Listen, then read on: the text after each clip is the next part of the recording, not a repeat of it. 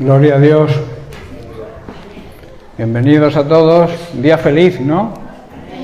Estamos en la presencia del Señor. El mejor sitio donde podemos estar es en su presencia. Hay un cántico por ahí que dice que el mejor sitio es estar postrados a sus pies. Postrados nuestro corazón. A veces quien necesita postrarse es nuestro ser interior y postrarse ante lo maravilloso, lo grande y lo bueno que es el Señor con nosotros. Es un gran privilegio servir a un Dios tan bueno, porque además de Dios es nuestro Padre. Él, cuando nos convertimos, nos adopta como hijos y formamos la familia más poderosa y la mejor familia que se pueda formar. No estoy despreciando a las familias humanas. Las familias humanas es la base de la sociedad, es la base de la Iglesia. Por eso el enemigo ataca tanto a la familia. Pero la familia verdadera y auténtica, y de ahí nacen las familias auténticas y verdaderas cristianas, es la Iglesia. Y la Iglesia es el cuerpo de Cristo. Y donde está Cristo está su Iglesia. Donde está la cabeza, que es Cristo, está su Iglesia, que somos nosotros, su cuerpo. Eso es un gran misterio, pero es una realidad que debería llenarnos de gozo. Pertenecer nada más y nada menos a la familia de Dios. Que podamos decir papaíto, con respeto, claro está, a nuestro Padre Celestial. A nuestro Padre, aparte de tener familiaridad con Él, también le debemos un respeto. El respeto que debe un hijo a un padre. Y eso es esencial en la vida cristiana. Bien, vamos a orar antes de la palabra de Dios para que el Espíritu Santo sea quien dirija a partir de ahora lo que resta de culto al Señor. Toca la administración de la palabra, pero yo quiero orar para que la palabra de Dios pueda llegar donde quiere Dios que llegue, a buena tierra, al corazón de los cristianos. Yo te preguntaría, ¿con qué propósito has venido hoy aquí? ¿Cuál es tu motivación? ¿El simple hecho de que es domingo y hay que venir a la iglesia? ¿O simplemente porque anhelas tener comunión con el cuerpo de Cristo, con tu familia espiritual y tener comunión con Dios, nuestro Padre? Si esa es la motivación, siéntete a gusto, gozoso, feliz. No te preocupe el tiempo que estés aquí. Hoy no hay que trabajar, supongo. Hoy estamos aquí en la presencia de Dios y le hemos ministrado con la alabanza. Y Él se ha sentido feliz, porque Él se mueve en medio de la alabanza de su iglesia, de su familia, de su pueblo.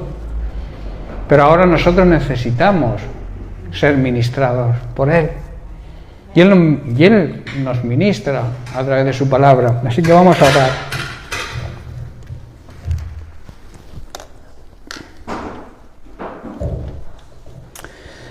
Padre, te damos gracias, Señor. Te bendecimos y te glorificamos a ti en esta mañana.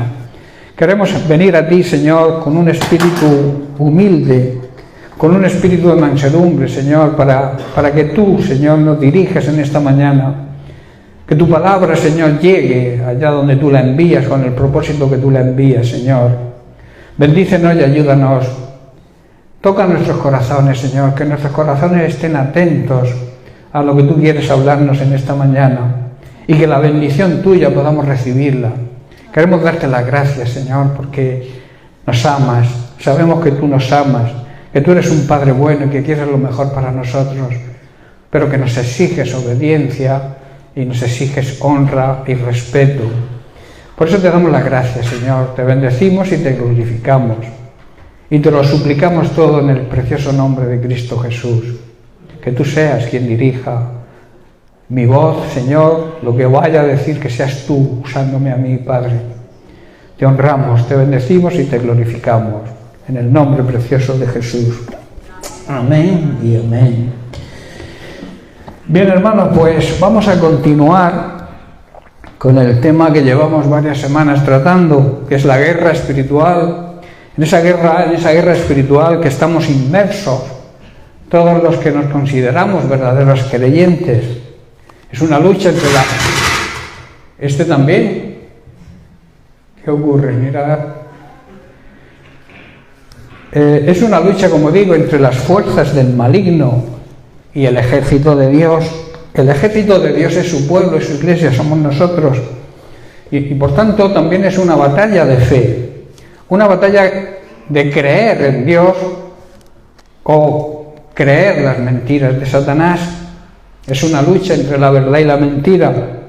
Y en esa lucha, hermanos, la luz, la verdad, la santidad siempre va a vencer a las tinieblas, a la mentira y al pecado.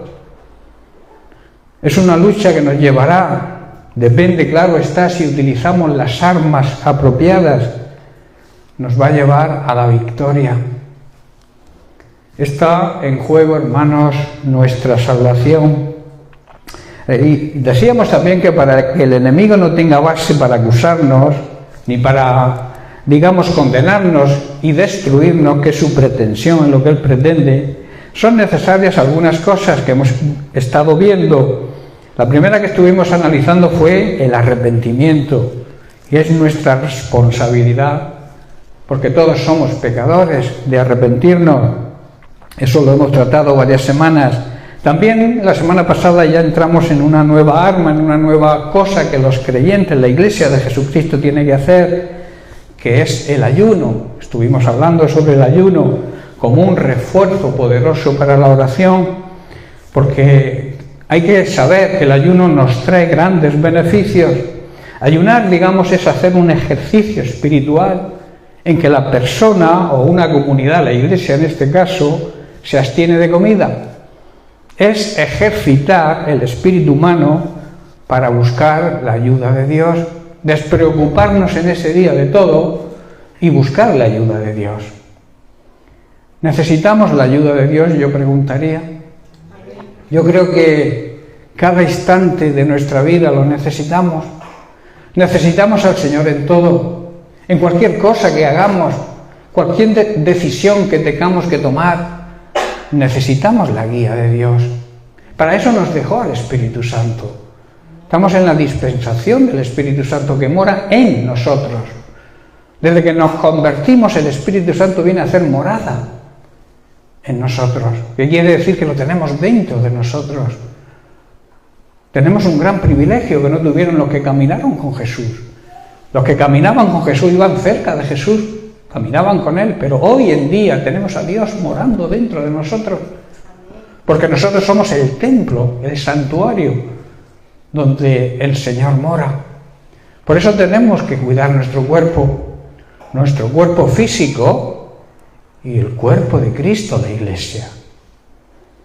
Cuando tú hablas mal de la Iglesia, cuando tú difamas a un hermano, cuando tú calumnias, criticas, juzgas, condenas a un hermano, estás haciendo daño a la Iglesia. Estás haciendo daño, no estás cuidando el cuerpo de Cristo, que es el templo del Espíritu Santo, cuerpo de Cristo, su Iglesia. ¿Estáis comprendiendo, hermanos? Estuvimos analizando los motivos por los que la gente ayunaba en el Antiguo y en el Nuevo Testamento, y también vimos que Jesús nunca canceló la práctica del ayuno, pero pidió a sus seguidores y a nosotros hoy, esto es de aplicación hoy, que lo hiciéramos mirando y fijándonos en Dios y no en los hombres. Que nuestro ayuno y nuestra oración sea algo interior. ¿Sabéis que los fariseos y los escribas ayunaban y demudaban su rostro para que la gente se diera cuenta que estaban ayunando? Eso el Señor, sabéis que siempre criticó a los hipócritas, criticó a los fariseos, llamándolos hipócritas, porque hacían las cosas para que la gente los viera. Por eso el ayuno es algo que debemos hacerlo, Jesús nos recomienda de esa manera. Hermanos, También Jesús recomendó como un gran complemento a la oración el ayuno. Dice que hay géneros de demonios, hay problemas y situaciones que no se van a ir, que no las vamos a poder superar ni vencer si no es con la oración apoyada con el ayuno.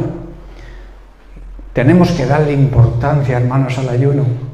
Sabéis que la Iglesia tiene 3 días oficiales, el día 1, día 2 y día 3 de cada mes.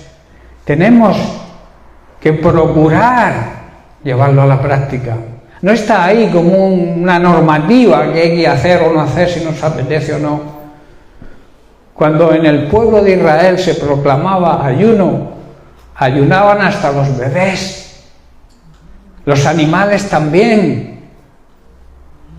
Todo el mundo ayunaba para buscar la ayuda de Dios. Hoy necesitamos la ayuda de Dios, repito, y necesitamos potenciar el ayuno. Es una necesidad, hermanos, no es un capricho. Tampoco es para perder kilos. Hay algunos que ayunan o toman dietas enormes que hasta caen enfermos por ponerse ciertas dietas para mejorar la imagen física. El ayuno mejora nuestra imagen espiritual. Y debemos hacerlo con ese fin y con ese propósito. Como he dicho, es un ejercicio espiritual. Es dejar de comer con el fin y el propósito de buscar la ayuda de Dios. Necesitamos la ayuda de Dios, hermanos. No sé tú, yo sí la necesito. Y por eso vuelvo a repetir, tomarnos en serio el ayuno. El ayuno, hermano, y la oración son armas poderosas en las manos de una persona que vive en santidad. También es aconsejable y no es que sea aconsejable, es que debe ser así. Si tú no vives en santidad no hace falta que ayunes, porque no te sirve para nada. Porque por delante del ayuno y de los esfuerzos que hagamos para buscar la ayuda de Dios está nuestra obediencia y nuestra santidad. Por eso digo que si un cristiano verdadero ora y ayuna, eso es lo que más teme el diablo. A un cristiano que viva en santidad, que ayune, que ore, que interceda. Hay que tener en cuenta que esa persona, que las hay, gloria a Dios por los intercesores y por las personas que les preocupa la oración, que se esfuerzan en ayunar para conseguir metas en la vida y también metas como iglesia, que la iglesia vaya creciendo y madurando. Es un gran ministerio la intercesión apoyada con el ayuno.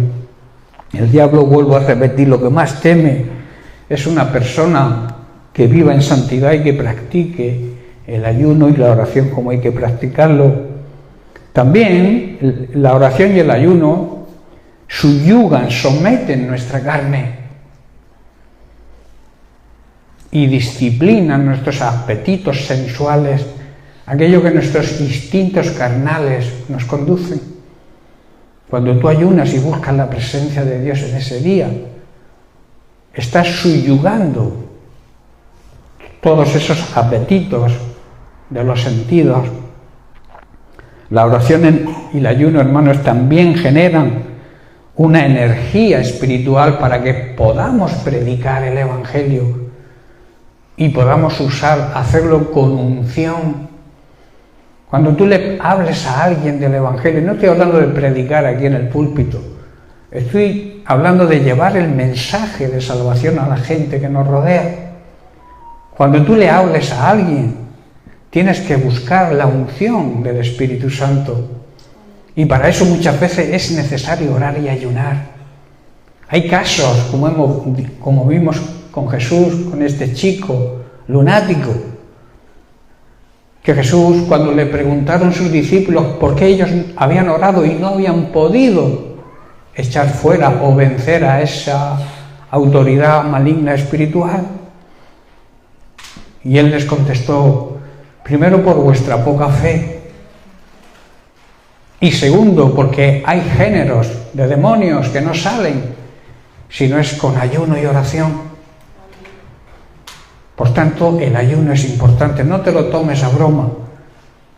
Busca la manera de potenciar el ayuno, y cuando los días 1, 2 y 3 de cada mes se proclame el ayuno, aunque no se diga, está instituido desde hace muchísimos años, pero no sé, la verdad es que no sé cuántos ayunamos esos días, pero yo creo, tengo la impresión, la sensación de que somos pocos, cuando deberíamos ser la Iglesia completa, dentro de las posibilidades y como esté cada persona. Claro está, una persona enferma que necesita una medicación, pues igual no le conviene un ayuno de 24 horas. Estáis comprendiendo, pero ayunar, quitarnos algo, alguna comida. Si no puedes las 3 comidas del día, quítate una, quítate 2. Pero practica el ayuno, que es una necesidad hoy en día. Estamos atravesando tiempos difíciles. Hay problemas aquí en esta congregación, hay enfermedades que podrían desaparecer si la Iglesia se uniera en oración y ayuno. No sé si tú amas a los hermanos. No sé si tú sabes que hay hermanos que están enfermos. Y el amor se demuestra con eso. Orando, intercediendo y ayunando, porque hoy está enferma ese hermano o esa hermana tuya. Pero ¿y si mañana estás tú? ¿Qué? Hermanos, tenemos que concienciarnos. Tenemos que tener empatía. ¿Sabéis lo que es empatía? ¿Sabéis lo que es? Preocuparnos de los demás, incluso antes de nosotros mismos. Porque hay una ley espiritual que se cumple. Cuando tú te preocupas de los demás, Dios se preocupa de ti. Yo lo he experimentado a lo largo de mi vida. Si yo he estado o he tenido alguna enfermedad y oro por otra persona, clamando por la sanidad de otra persona, el primero en sanarme he sido yo. Porque he priorizado el amor hacia los demás. Así que vamos a potenciar el ayuno. Hay una necesidad grandísima. Vamos al libro de Esdras, capítulo 8, versículo 21. Aquí Esdras, a los que regresaban con él a Jerusalén, les dice: y publiqué ayuno allí junto al río Ahava, para afligirnos. Ahora, para sentir preocupación e inquietud delante de nuestro Dios, para solicitar, mirad, el camino derecho para nosotros, para que vayamos por el camino correcto. Y también para nuestros niños y para todos nuestros bienes. No sé en qué situación estamos todos tenemos problemas quizás financieros, quizás tenemos problemas con la hipoteca, quizás tengamos problemas con el banco. Aquí está diciendo que ellos proclamaron ayuno también para cuidar nuestros bienes, lo que Dios nos ha concedido, para que no nos quite nadie. Ante los serios problemas, hermanos, que están aconteciendo a todos en estos tiempos que vivimos y en todos los niveles, crisis en las familias, crisis de trabajo, crisis incluso en la iglesia. Hay hermanos que cuando les corriges, en vez de cambiar de vida, se cambian de iglesia. Eso es tremendo, hermanos.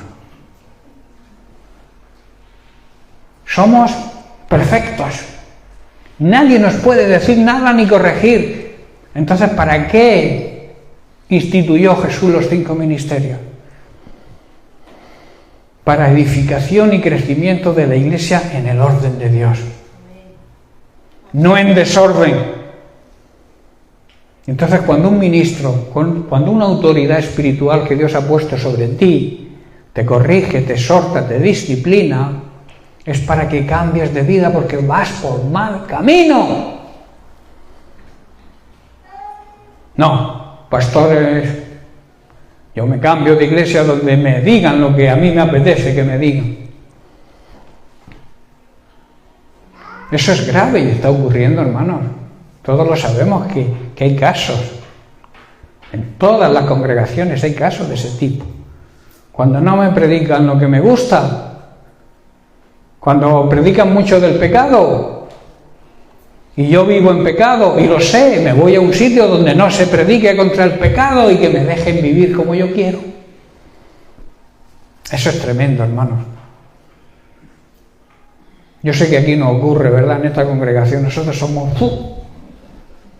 la crème de la crème.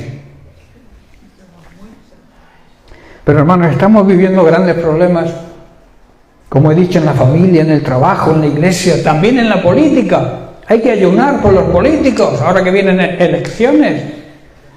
Vamos a proclamar un día de ayuno antes de las elecciones, pero que participemos todos, a ver si tenemos un gobierno que no inflija tanto las leyes de Dios, que tengan temor de Dios, políticos que tengan temor de Dios,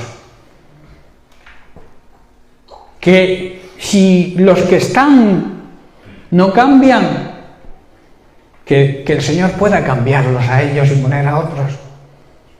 ¿Estáis comprendiendo, hermanos? Para eso está la Iglesia. La Iglesia no debe involucrarse en la política, porque si perteneces a un partido estás en contra del otro, ¿no? ¿Verdad? Y la Biblia dice, nos ha llamado a paz con todos. Entonces, lo que sí podemos estar cerca de los políticos para interceder, para clamar a Dios por ellos, en vez de criticarlos tanto. Siempre, y yo me incluyo, muchas veces se nos va y empezamos a hablar mal de los políticos cuando la Biblia nos dice que hagamos eso. Como iglesia tenemos que interceder por ellos, para que podamos vivir en paz y sin tanta preocupación de falta de trabajo, de leyes en contra de los principios éticos y morales, de lo que se está dando en los colegios, que se potencia la inmoralidad sexual así a tope, el derecho del aborto, en otras palabras, el derecho a matar, se está potenciando hoy en día.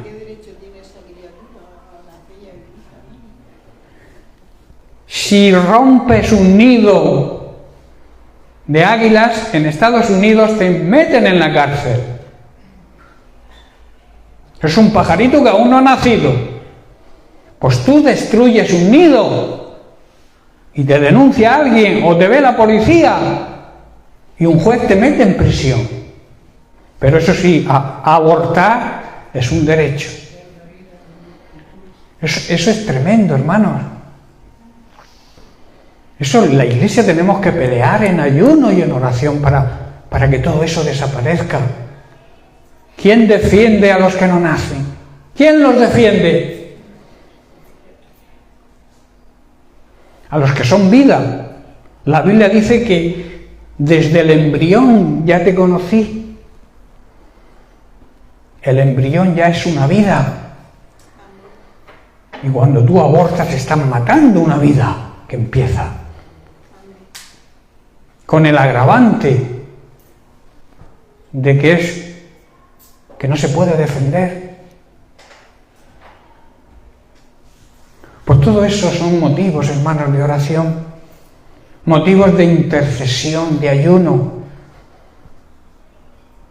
La ideología que le están metiendo hoy en día a los niños, que están perdiendo incluso su propia identidad. No saben ya ni lo que son. Se cambian el nombre. Si es hombre y quiere ser mujer, se cambian el nombre, se pone un nombre de mujer. Porque todo está permitido. Todos son derechos. Nada de obligaciones. La palabra de Dios sí nos obliga. Y la palabra de Dios nos obliga a hacer las cosas como Dios las dice que hay que hacerlas. El matrimonio lo instituyó el mismo Dios y los creó hombre y mujer. Todo lo demás que no sea hombre y mujer, tú le podrás llamar como quieras, pero no puedes decir que es un matrimonio. Porque no, el creador del ser humano dictó las normas a seguir y Él es quien pone los parámetros, las líneas que no hay que traspasar, y la humanidad hoy en día las está traspasando. Y quedan impunes aquí en la tierra, porque las leyes las aprueban, pero de la justicia de Dios no se escapa nadie. Por eso debemos orar por los políticos y por las personas que están aceptando todas estas ideologías,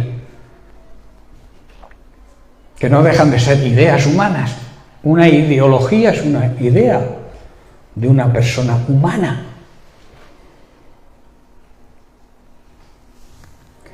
Por eso, hermanos, vuelvo a repetir, hay muchas crisis. La mayor crisis que hay hoy en día es la falta de ética y de moral. Es crisis espiritual. Y eso conlleva el resto de la crisis. Yo siempre digo que si viviéramos en el orden de Dios, si no hubiera tanta crisis espiritual, las naciones funcionarían de otra manera. No habría tanta crisis económica, no habría tanta crisis familiar. Hoy los matrimonios que duren 5 años es un récord. ¿Por qué? Porque el yo está por delante del nosotros. ¿Estoy comprendiendo, hermanos?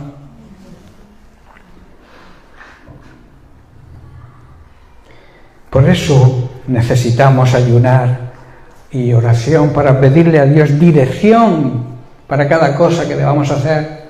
Y ahora hay que votar. Vamos a pedirle a Dios dirección. No votar a lo loco o por simpatía o porque eres forofo de un partido. También esto marcará el camino de nuestros hijos. Por eso hay que pedirle a Dios también ser sabios al conducirnos para que nuestros hijos lo vean. Los niños siempre van a imitar a los padres desde muy chiquititos. Un bebé de 1 año, si ve a su padre de rodillas, se arrodilla al lado de él. Si ve a su padre orar, el niño o la niña va a intentar hacer lo mismo, aunque no sepa hablar. Si el padre levanta o la madre levanta la mano, la niña o el niño la va a levantar. Por eso los padres tenemos una gran responsabilidad, hermanos. Es un orgullo y es un privilegio ser padre, pero conlleva una gran responsabilidad. Tú no puedes dejar a tus hijos al libre viva la pepa. Tienes que educarlos en los caminos del Señor. La Biblia enseña en Proverbios, dice, instruye, enseña, educa, disciplina al niño cuando es pequeño y aun cuando sea mayor, aunque sea tentado, eso va a quedar ahí. Y al final nunca se apartará. Nosotros tenemos el ejemplo de nuestros 3 hijos. Todos han intentado irse al mundo y probar, pero han sido instruidos desde bebés en las cosas del Señor. Hemos tratado de transmitirles los principios básicos, morales, éticos, los fundamentos básicos de la doctrina cristiana.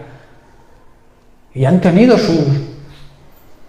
Pero al final todos están sirviendo al Señor. No ha sido fácil, porque no es fácil. El trabajo de ser padre no es ser padre. Hay quien es progenitor, pero no es padre. Hay que ser padre. Y un padre ama de verdad a sus hijos. Y a un padre, aunque sea un hijo malo, lo ama, lo quiere. Incluso se preocupa más por un hijo que le salga rebelde que por el que le salga bien o no rebelde. Es así. Como decía mi abuela y mi abuelo y mi madre también lo decía. ¿Qué dedo me corto que no me duela? Es una realidad, hermanos, que los padres verdaderos amamos a nuestros hijos. Si tú amas a tus hijos, debes preocuparte de tus hijos. Debes enseñarles, debes instruirlos dentro de los parámetros cristianos. Porque hoy en día, si los dejas, la sociedad te los va a pervertir, pero nada, cuando tengan 8 o 9 años. Hay cierta ministra por ahí que aconseja tener relaciones cuanto antes mejor, sexuales, y con quien te apetezca.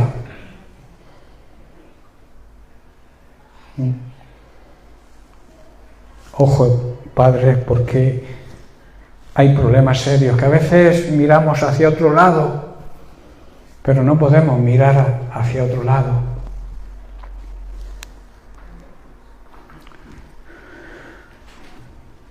Y también, como he dicho, como decía Esdras, debemos orar y ayunar por nuestras propiedades, por las cosas que Dios nos ha concedido. No dejar que el diablo las arrebate, pelear en ayuno y en oración para no perderlos. El diablo quiere nuestra destrucción, tanto moral como en todos los ámbitos. Quiere destruirnos, quiere destruir nuestra economía, que nos quiten la casa, que nos quiten el coche, destruir nuestra alma. El diablo quiere, ha venido, su plan es ese: destrucción, matar, destruir, robar la salvación y robar todo lo que pueda robarnos. Pero tenemos al Señor de nuestro lado. Amén. Él tiene otro plan para nosotros, ¿verdad? ¿En qué plan estamos? Jesús dijo: mi plan es que tengáis vida, pero no una vida cualquiera, no una vida mediocre, una vida plena y auténtica, o sea, un anticipo de la vida eterna. Y luego la presencia en la eternidad con Él, o sea, la plenitud de la herencia de la vida eterna. La plenitud la tendremos cuando nos vayamos de este cuerpo. Pero aquí Dios quiere que la vivamos, que tengamos un anticipo. Yo me pregunto, ¿estamos viviendo la vida plena y abundante que Jesús nos promete? Pero para eso debemos estar en Cristo. Todo eso se consigue en Cristo. Estar en Cristo significa vivir de acuerdo a su palabra. Obedecer su palabra. No ser simples oidores domingueros, sino hacedores de lunes a lunes de la palabra de Dios. Esa es una manera también de predicar el Evangelio, de dar testimonio. Nuestra vida tiene que ser un testimonio, primero para nuestra familia, nuestros hijos, y después para el mundo que nos rodea. En el Salmo 35, mirad el corazón de David, versículo 11, David orándole a Dios para que le librara de sus enemigos. Dice el versículo 11, se levantan testigos malvados de lo que no sé, me preguntan lo que yo no sé, me devuelven mal por bien, para afligir mi alma, para crear molestias, sufrimiento, quizá también físico, tristeza, angustia moral, preocupación o inquietud, que es lo que significa estar afligido. Pero mirad que dice el versículo 13, pero yo cuando ellos se enfermaron, me vestí de cilicio afligí con ayuno mi alma. Estaba ayunando por sus enemigos, hermanos. Y mi oración se volvió a mi seno. Dice, como por mi compañero, como por mi hermano, andaba, como el que trae luto por su madre, enlutado me humillaba. ¿Qué enseñanza podemos sacar de esta actitud de David? ¿Qué podemos aprender de él?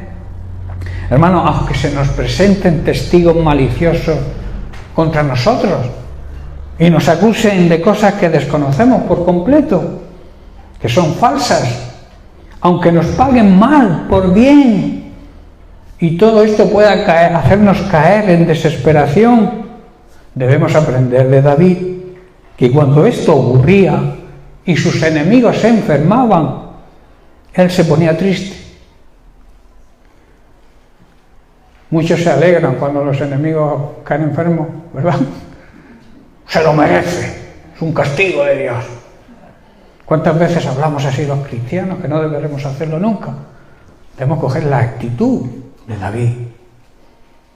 Y cuando ve a sus enemigos con problemas, dice que él sufría, se ponía triste, se afligía, oraba y ayunaba por ellos. Qué tremendo, ¿verdad? Pues nosotros debemos aprender.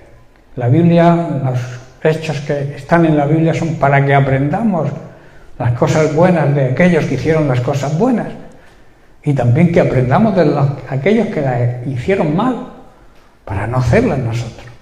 Por eso todo lo que hay en la Biblia es un manual de instrucciones para nuestra vida.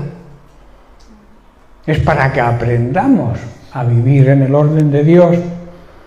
Este pasaje trae una gran enseñanza, hermanos, apliquémosla. En Mateo capítulo 5, versículos 43 y 44, Jesús hace buenas las palabras de David cuando nos dice: oísteis que fue dicho, amarás a tu prójimo y aborrecerás a tu enemigo. Pero yo os digo, amad a vuestros enemigos, bendecid a los que os maldicen, haced bien a los que os aborrecen, y orad por aquellos que os ultrajan y os persiguen. Yo quiero aclarar algo sobre estas palabras de Jesús. Hay quienes piensan que el Nuevo Testamento es una enseñanza de amor, lo cual es cierto, ¿verdad? Se habla mucho del amor de Dios, del amor entre los hermanos, pero que el Antiguo Testamento es una enseñanza de dureza y de odio, lo cual no es cierto, porque es el mismo Dios del Antiguo que del Nuevo Testamento. Parece que estas personas que creen así, que Dios antes predicaba la dureza y el odio y que después cambió de opinión y decidió hacer que se escribiera el Nuevo Testamento para predicar sobre el amor. Tremenda equivocación.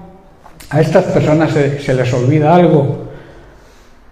Aquello que dice el libro de Hebreos capítulo 13, verso 8, sobre la inmutabilidad de la forma de ser de Dios. Jesucristo dice este versículo, Jesucristo, que es Dios en esencia, es el mismo ayer, hoy y por los siglos. Amén. En Mateo capítulo 5, verso 38, Jesús dice: oísteis lo que fue dicho a los antiguos. Eso está escrito en la ley, en Éxodo capítulo 21. Ojo por ojo y diente por diente. Hermanos, ese ojo por ojo era una norma para los jueces. No era un mandato para el ciudadano común. Hay muchos pasajes que se ve bien claramente que ojo por ojo no era un permiso de Dios para ejecutar venganzas personales, o sea, para tomarse la justicia por su propia mano. Dios nos dice: yo pagaré, yo te haré justicia. Eso quiere decir que nosotros no podemos tomarnos la justicia por nuestra mano. Por eso vuelvo a repetir, este ojo por ojo era algo que se le daba a los jueces para que tuvieran una norma a la hora de tomar decisiones sobre un juicio. Lo que pasa que cada persona buscaba en estas palabras que estaban en la ley una justificación para dar rienda suelta a su odio y a su afán de venganza. Era una regla normativa de juicio para saber cómo hacer justicia a los jueces cuando no hubiera una ley escrita sobre el asunto. Lo que pasa es que el pueblo torció el propósito original de esa ley para adaptarla a sus odios personales. Hoy muchos aplican e interpretan la palabra de Dios a su manera también, para que la palabra de Dios diga lo que ellos quieren que diga, ¿verdad? También hay personas que tuercen la palabra de Dios, pero la palabra de Dios dice lo que dice, no dice lo que yo quiero que diga, ¿verdad? En el versículo 43 Jesús dice: oísteis que fue dicho. Aquí lo expresa de diferente forma al anterior versículo, no emplea a los antiguos. Amarás a tu prójimo y aborrecerás a tu enemigo. Debo decir que al contrario del versículo anterior, en ningún lugar del Antiguo Testamento se manda a odiar a los enemigos. Aquel que me encuentre eso, le doy un premio. Porque no se encuentra eso. Entonces, ¿por qué Jesús dijo eso? El Señor mencionaba frases y refranes que usaban en aquella cultura, pero que no formaban parte de la ley de Dios. Y Jesús aprovecha esto para hacer un llamado a que debemos amar incluso a nuestros enemigos. ¿Estáis entendiendo? Los refranes no están en la Biblia, pero mucha gente los refranes, y muchos refranes tienen razón, pero eran comentarios, frases que se usaban en la cultura antigua, pero que no estaban en la ley. Y Jesús aprovecha que esas personas usaban ese tipo de frases para enseñarles, para darles una enseñanza. Y la enseñanza es que debían dejar de aplicar esas frases para tomar venganza sobre sus enemigos. Y lo que les enseña es amar a los enemigos. ¿Estáis comprendiendo, hermanos? También debemos saber que a los que devuelven mal por bien, al final nada les irá bien. Esa es una ley que se cumple. Si tú te dedicas a devolver mal por mal, al final no te va a ir bien. Las cosas no te van a salir bien. No vas a prosperar en nada. Prosperar significa que las cosas nos salgan bien en todos los niveles. Pero la palabra de Dios dice que cuando devolvemos mal por mal, nos va a ir mal a nosotros también. En el libro de Proverbios lo encontramos capítulo 17, versículo 13. Dice: el que da mal por bien, no se apartará el mal de su casa, de su familia. Así que yo te aconsejo, aunque te hagan mal, aunque las personas te hagan daño, tú no devuelvas, no les pagues con la misma moneda. Hay un dicho popular que dice: el que la hace la paga. Deja que la pague, deja que el Señor le haga justicia, no te tomes tú la justicia y le devuelvas un mal. También dice la Biblia que para vencer el mal no hay otro camino que con el bien. No te vengues de aquellas personas que te hacen daño, en cambio ora por ellas. Porque si así lo haces, ascuas de fuego acumularás sobre su cabeza. ¿Qué quiere decir esa frase? Quiere decir que se pondrá rojo de vergüenza, de ver cómo está actuando contra ti, y tú en cambio le devuelves un bien. se les caerá la cara de vergüenza. Es lo que quiere decir ascuas de fuego. Lo pondrá rojo, se sonrojará de ver lo mal que le hace contigo y lo bien que lo haces tú con él. Por eso la Biblia es tan sabia y los cristianos debemos seguir los principios bíblicos. ¿Tú quieres vencer el mal? Haz el bien. No hay otra forma. Si pagamos mal por bien, el mal nunca se irá de nuestra casa, porque esa es la ley de la siembra. Lo que siembras, recoges. La única forma de que un enemigo tuyo deje de ser tu enemigo e incluso se pueda convertir es haciéndolo así, haciéndole el bien aunque él te haga el mal. ¿Estáis comprendiendo? Veo caras muy raras, pero es que es una realidad que hay que predicar. Nosotros tenemos que ser diferentes a cómo actúa el mundo. El mundo actúa como decía Jesús, ojo por ojo y diente por diente, y aborrece a tu enemigo y ama a tu amigo. Eran dichos populares. Dios te llama a otra cosa. Jesús te dice que debes perdonar a tus enemigos, que debes orar por ellos, que debes bendecir a aquellos que te maldicen. ¿Qué quiere decir eso?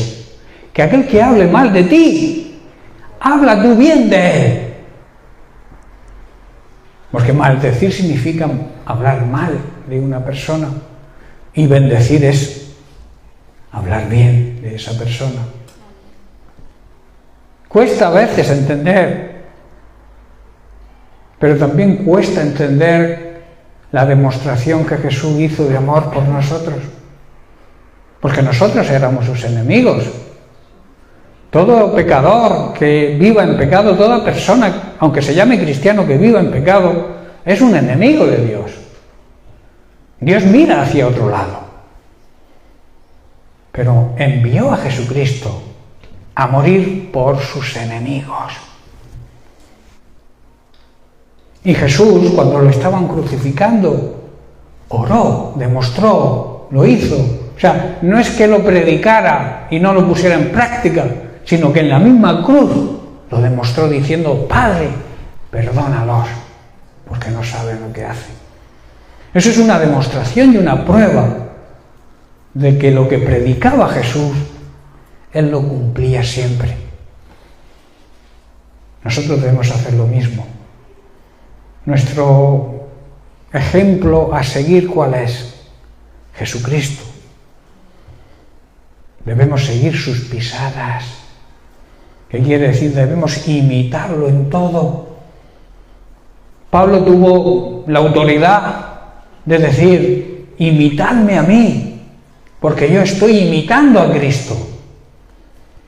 ¿Quién de nosotros puede decir eso? Puede decirle a tu vecino, a tu amigo, a tu compañero de trabajo, imítame, sé cómo soy yo, porque yo estoy imitando a Jesucristo. ¿Estamos imitando a Jesucristo, hermanos? Esa es la pregunta que deberíamos hacernos. Por eso no dejemos, hermanos, que el mal nos venza. ¿El enemigo qué hace? ¿Hace algo bueno el enemigo? ¿Y por qué tantos siguen al enemigo cuando es la fuente de la maldad y de la mentira? Y en cambio pocos siguen la verdad, pocos siguen a Cristo. Y muchos llamados cristianos no siguen a Cristo como hay que seguirlo. Y ese es el problema. Que no podemos impactar en el mundo que nos rodea, porque antes tenemos que aplicarnos nosotros la medicina para poder presentarnos con autoridad a la gente que nos rodea, para que nos puedan imitar, para que ellos quieran ser como nosotros, hermanos. Eso sería un gran orgullo que alguien dijera, hermano, hermana, yo quiero ser como tú, ¿qué tengo que hacer? Como fueron a Pedro después de su primer sermón.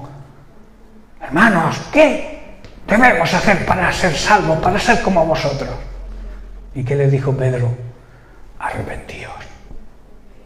Arrepentíos. La Iglesia hoy en día necesita arrepentirse de muchas cosas. Y debemos hacerlo. Y entonces recibiremos la bendición de Dios.